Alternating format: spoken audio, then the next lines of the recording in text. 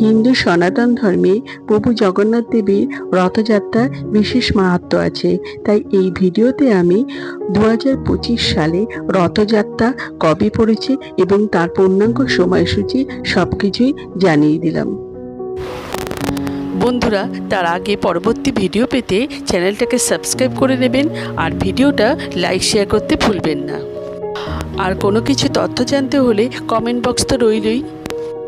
2025 সালে রথযাত্রা পড়েছে পঞ্জিকা অনুসারে ইংরেজির 27শে জুন 2025 সাল শুক্রবার। রথযাত্রার দ্বিতীয় তিথি শুরু হবে ইংরেজির 26শে জুন 2025 সাল বৃহস্পতিবার দুপুর 1:24 থেকে। দ্বিতীয় তিথি সমাপ্ত হবে ইংরেজি 27শে জুন 2025 সাল শুক্রবার সকাল 11:19 পর্যন্ত।